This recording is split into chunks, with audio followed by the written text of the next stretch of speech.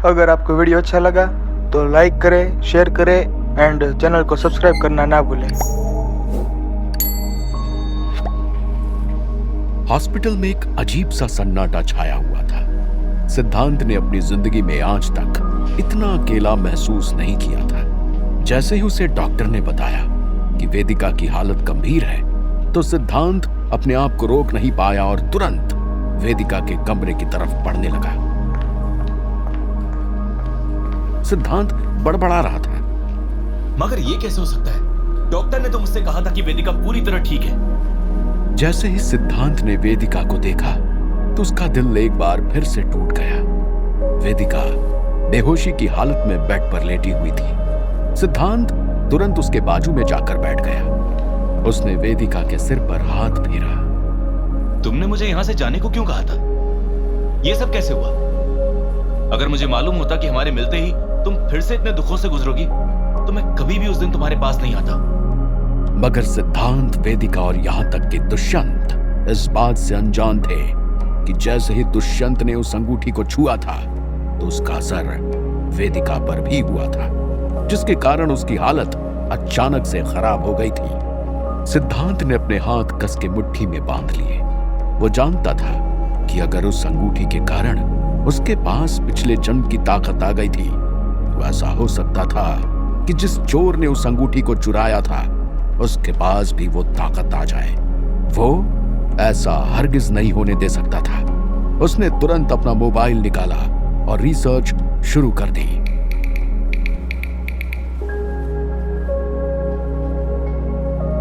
वही दुष्यंत अपने कमरे में बैठकर उस जादुई अंगूठी को ध्यान से देख रहा था। उसे एक बात तो अच्छे से समझ में आ गई थी कि उस जादुई अंगूठी में कुछ ऐसी ताकत थी जिसके कारण वो उसे पिछले जन्म की याद दिलाने में कामयाब हो रही थी। वो इस अंगूठी को किसी भी हालत में खो नहीं सकता था, क्योंकि उसका खो जाना मतलब दुष्यंत को कभी भी मालूम नहीं चलेगा कि आखिर वो उसे क्या बताने की कोशिश कर रही थी। दुष्यंत ने तुरंत अपने 2 आदमियों को अंदर बुलाया और बोला, तुम दोनों इसी वक्त सिद्धांत, जो कि नेशनल लेबोरेटरी ऑफ आर्कियोलॉजी में काम करता है, उसका पीछा करना शुरू कर दो। मुझे उसके हर एक पल की खबर चाहिए। क्योंकि दुष्यंत भी नहीं जानता था कि आखिर चल क्या रहा था। उसके मन में उठ रहे हर एक सवाल का जवाब अब उसके लिए जरूरी हो गया था। आखिर उसे सिद्धांत और अपना चेहरा बार बार क्यों नजर आ रहा था? इतना ही नहीं, उन दोनों के कपड़ों से लेकर हर चीज बिल्कुल ही अलग थी। वो इस जन्म में सिद्धांत को जानता भी नहीं था, फिर उसे वो इतने क्लियरली कैसे देख पा रहा था? ओके बॉस, उन दोनों ने कहा और तुरंत वहां से चले गए। दुष्यंत ने अपनी आंखें बंद की और दोबारा से जादुई अंगूठी को अपनी उंगली में पहन लिया। इस बार उसका कमरा सफेद रोशनी से चमक उठा। अंगूठी से निकल रही रोशनी एक बार फिर से उसके सीने में समा गई और दुष्यंत की आंखों के सामने पिछले जन्म का एक नया सीन आ गया। इस बार दुष्यंत एक अंधेरे कमरे में खड़ा हुआ था। उस कमरे में बहुत कम उजाला होने के कारण उसे कुछ नजर नहीं आ रहा था। अचानक से उसने जयंत को एक खंबे के पीछे छुपा हुआ पाया। तभी उसके कान में एक दर्द भरी आवाज सुनाई दी। जब उसने मुड़कर देखा तो पिछले जन्म के सिद्धांत के हाथ में उस तलवार को देखा जिसके साथ वो जयंत से पिछली बार लड़ रहा था। मगर चौंकाने वाली बात यह थी कि उस तलवार से खून की बूंदें टपक रही थी। इस बार पिछले जन्म के सिद्धांत के चेहरे पर पहले की तरह चमक नजर नहीं आ रही थी, बल्कि उसकी आंखों में दुख और दर्द झलक रहा था। अचानक से दुष्यंत ने देखा कि कैसे जयंत उस खंबे के पीछे से बाहर आया और जमीन पर पड़ी हुई किसी चीज को देखकर खुशी मनाने लगा। तब दुष्यंत की नजर भी जमीन पर पड़ी, जहां सिद्धांत भी आंसू से भरी आंखों से देख रहा था। अचानक से दुष्यंत की सांसें थम गईं, क्योंकि जमीन पर एक लड़की घायल अवस्था में गिरी हुई थी। उसके सीने से खून बह रहा था। आखिर तुमने कर ही दिखाया। मुझे नहीं लगा था कि तुम्हारे दिल में यह करने की क्षमता है। तुमने सचमुच अपनी तलवार को अपने ही प्यार के लाल रंग से रंग दिया। जयंत ने आर्यन को ताना मारते हुए कहा।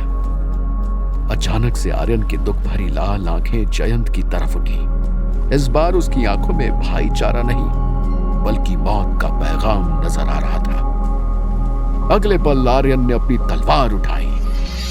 आपने ये सब क्यों किया भैया? मैंने आप पर कितना विश्वास किया था, यहां तक कि मैंने आपको अपने पिताजी का दर्जा दिया था, मगर फिर भी आपने मेरी पीठ पीछे छुरा घोंप दिया। आज आपकी वजह से मुझे अपना प्यार खोना पड़ा है, इसलिए मैं आपको भी जिंदा नहीं छोड़ूंगा। आर्यन ने अपने कदम आगे बढ़ाए और जयंत पर हमला करना चालू कर दिया। उसकी आंखों में बदले की आग नजर आ रही थी, मगर जयंत भी कोई कच्चा खिलाड़ी नहीं था। उसने आर्यन के हर एक वार का मुंह तोड़ जवाब देना शुरू कर दिया। कुछ ही देर में उस कमरे में लड़ाई की गूंज सुनाई देने लगी। तभी अचानक से वहां कुछ सिपाहियों की आवाज आई। कहाँ वो आर्यन? ढूंढ निकालो उसे, इस बार हम उसे जिंदा नहीं छोड़ेंगे। पीछे से सिपाहियों की आवाज गूंज उठी। एक पल के लिए आर्यन का ध्यान भटक गया। इसी बात का फायदा उठाकर जयंत नीचे झुका और अगले ही पल उसने अपनी मुट्ठी में धूल भर ली, जिसे उसने तुरंत आर्यन की आंखों में झोंक दिया। इसके बाद वो दौड़ते हुए आर्यन की तरफ बढ़ा और उसके कंधे पर एक धक्का दिया। आर्यन कुछ समझ पाता उससे पहले ही उसके हाथ से तलवार नीचे गिर गई और वो जमीन पर बैठकर अपनी आंखें मलने लगा। जयंत के चेहरे पर इस तरह की खुशी दुष्यंत ने पहले नहीं देखी थी। जयंत ने झुककर तुरंत आर्यन की तलवार उठाई और पीछे के रास्ते से भाग गया। तभी वहां सिपाही आ गए। ये तुमने क्या किया? शीतलपुर की राजकुमारी को कैसे मार सकते हो? कैद कर लो इसे। पीछे से एक सेनापति ने चिल्लाते हुए आर्यन को पकड़ लिया। आर्यन ने उनको रोकने की कोशिश नहीं की, बल्कि वो खुद अपने घुटनों पर गिर गया। उनके जाते ही जयंत उस कमरे में वापस आया। जयंत के चेहरे पर एक शैतानी मुस्कान आ चुकी थी और वो उस तलवार को हवा में घुमाते हुए बोला, आखिर मेरी माँ का सपना पूरा हो ही गया। अब मुझे शीतलपुर का राजा बनने से कोई नहीं रोक सकता। जैसे ही उसने ये कहा, आर्यन की तलवार में से एक तेज रोशनी निकली। एक गहरी सांस के साथ दुष्यंत वापस प्रेजेंट में आ गया।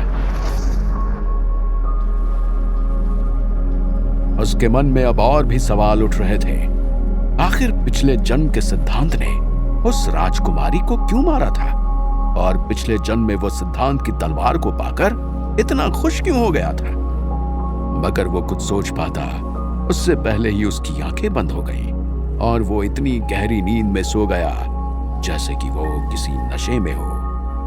वही दूसरी तरफ सिद्धांत वेदिका के होश में आने का इंतजार कर रहा था। जैसे जैसे घड़ी का कांटा आगे बढ़ते जा रहा था, वैसे वैसे सिद्धांत की चिंता भी बढ़ती जा रही थी। मगर वेदिका होश में आने का नाम नहीं ले रही थी। गहरी नींद में सोते हुए दुष्यंत ने अपने आप को फिर से एक अंधेरे कमरे में पाया। इस बार उसने देखा कि जयंत ऊपर से नीचे खून से लथपथ था। उसके शरीर पर अलग अलग जगह घाव थे, जिन्हें देखकर साफ नजर आ रहा था कि वो अभी अभी किसी बड़ी लड़ाई से आ रहा था। जयंत को इतनी थकावट महसूस हो रही थी कि वो तुरंत अपने घुटनों पर गिर गया। अचानक से उसे पीछे से किसी के कदमों की आवाज सुनाई दी। जब उसने पीछे मुड़कर देखा तो उसे उजाले में से एक आदमी चलता हुआ नजर आ रहा था। रोशनी इतनी तेज थी कि उस आदमी का चेहरा साफ नजर नहीं आ रहा था, मगर जयंत उस आदमी को बहुत अच्छे से जानता था। चाचा जी, मैं इतना सब करने के बाद भी क्यों हार गया? मैंने आपके कहने पर सब कुछ किया, लेकिन फिर भी मेरे हाथ निराशा के अलावा कुछ नहीं लगा। मैं अपनी मां से किया हुआ वादा पूरा नहीं कर पाया। जयंत ने निराशा भरी आवाज में कहा। तब उसके कानों में एक भारी आवाज सुनाई दी। वो आवाज बोली, तुम इतनी आसानी से हार नहीं मान सकते हो। अगर तुम्हें अपना बदला लेना है तो तुम्हें दोबारा से जन्म लेना होगा। अगर तुम इस जन्म में आर्यन को नहीं हरा पाए तो तुम्हें अगले जन्म में उसे ढूंढकर अपनी मां की आखिरी इच्छा को पूरा करना होगा। अगले जन्म में भी उस ताकतवर शक्ति को ढूंढना होगा और आर्यन का अंत करना होगा। अचानक से जयंत की आंखों से एक आंसू जमीन पर टपक गया। जब दुष्यंत की आंख खुली तो उसके माथे से पसीना बह रहा था। उसके शरीर में एक अजीब सी शक्ति महसूस हो रही थी। वो लड़खड़ाते हुए अपनी जगह पर खड़ा हुआ। उसे अभी अभी एक बात समझ में आ गई थी। उसे समझ में आ गया था कि उस जादुई अंगूठी के कारण नजर आने वाले फ्लैशेस कुछ और नहीं बल्कि उसके पिछले जन्म की यादें हैं। दुष्यंत कोई और नहीं बल्कि जयंत का पुनर्जन्म है। जैसे ही ये बात दुष्यंत को रियलाइज हुई, वो अपनी कुर्सी को पकड़कर बैठ गया। उसके दिमाग में सारी बातें अब कनेक्ट हो रही थी। कुछ ही देर में दुष्यंत के रगों में जयंत का गुस्सा दौड़ने लगा। वो इसी वक्त जाकर सिद्धांत का खेल खत्म कर देना चाहता था। भले ही उसे अपनी पूरी कहानी याद ना आई हो, लेकिन उसे एक बात अच्छी तरह मालूम थी कि सिद्धांत की जान लेना उसके इस जन्म का एक बहुत बड़ा मकसद था। मगर उसके साथ साथ उसे एक बात और समझ में आ गई थी। पिछले जन्म में भी शायद जयंत ने आर्यन की तलवार इसलिए उठाई थी क्योंकि उसमें बहुत ताकत थी। अचानक से दुष्यंत के दिमाग में डॉक्टर वीरेंद्र की आवाज गूंज उठी। मेरे बनाए हुए ड्रग के कारण इनके शरीर में अमानवीय शक्ति तो पैदा हो रही है, मगर इनका शरीर उस शक्ति को सहन नहीं कर पा रहा है। इसके लिए हमें कुछ बहुत ही ताकतवर तत्व ढूंढना पड़ेगा ताकि वो मेरे बनाए हुए ड्रग को स्टेबल कर पाए। डॉक्टर वीरेंद्र की आवाज ने कहा। दुष्यंत की आंखें चमक उठी। वो समझ गया था कि उसे क्या करना था। तभी उसके दरवाजे पर एक नॉक सुनाई दी। काले सूट में दो आदमी उसके कमरे में अंदर आए। दुष्यंत ने तुरंत अपने आप को वापस से संभाल लिया। उन दोनों में से एक आदमी बोला, बॉस, आपने हमें जिसका पीछा करने के लिए बोला था उसके बारे में हम अपडेट लाए हैं।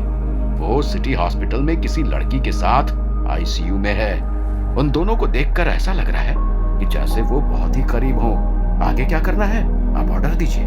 मगर दुष्यंत ने उन दोनों को अपना हाथ हिलाकर वहां से जाने को कहा, क्योंकि उसके दिमाग में ऑलरेडी एक प्लान तैयार था। वो जानता था कि उसे आगे क्या करना था। वही सिद्धांत के सामने एक ऐसा सच आया जिससे उसके पैरों के नीचे की जमीन खिसक गई। क्या होगा आगे? क्या था दुष्यंत का बड़ा मकसद? वो उन आदमियों को कैद करके क्या कर रहा था? आखिर डॉक्टर वीरेंद्र दुष्यंत की मदद किस लिए कर रहे थे? आखिर उस जादुई अंगूठी का वेदिका पर क्या असर पड़ रहा था? क्या सिद्धांत दुष्यंत की चाल से बच पाएगा? क्या वो अपने पिछले जन्म की नहीं बल्कि इस जन्म की भी गलतियों को सुधार पाएगा? क्या वो दुनिया पर आने वाले एक महान खतरे को टाल पाएगा? जानने के लिए सुनते रहिए।